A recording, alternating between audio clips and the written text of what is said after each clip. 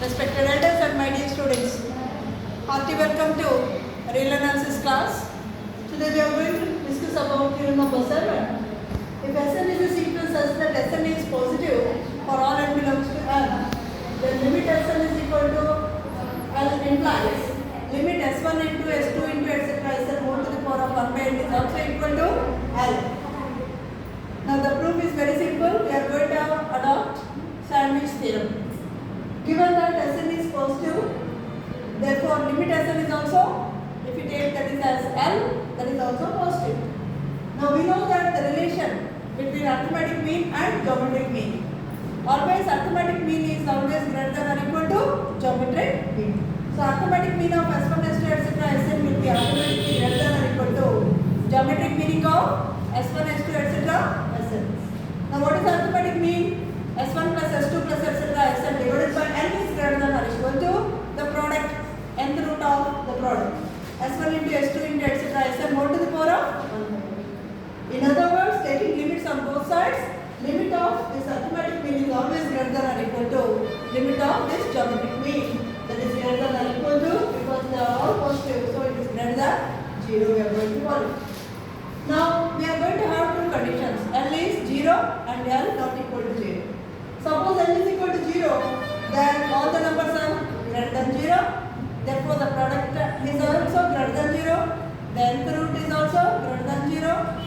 Limit is also greater than or equal to 0. So 0 is greater than or equal to limit of S1 is Sn to the power of 1 by n, which is automatically greater than or equal to 0, that is equal to L. That means the limit value is lying between two zeros. That means by sandwich theorem the middle term limit is also must be equal to 0. Therefore, whenever L is 0, the nth root of the product S1, S2, etc. Sn limit is also 0. Now case 2, this is greater than 0. Limit Sn equal to what? L is not equal to 0 and positive. So automatically 1 by Sn also exists, therefore automatically limit also exists, that is equal to what? 1 by n.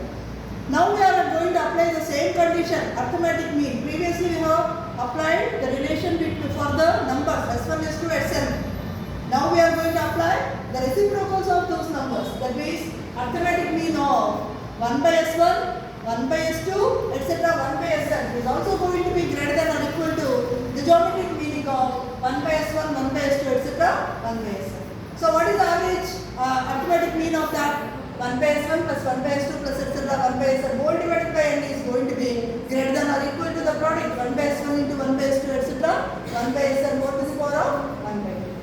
Now once again taking the limits, limit of 1 by S1 plus 1 by S2 plus etc. 1 by Sn by n is also going to be greater than or equal to limit of 1 by S1 into 1 by S2 into 1 by Sn whole to the power of 1 by n.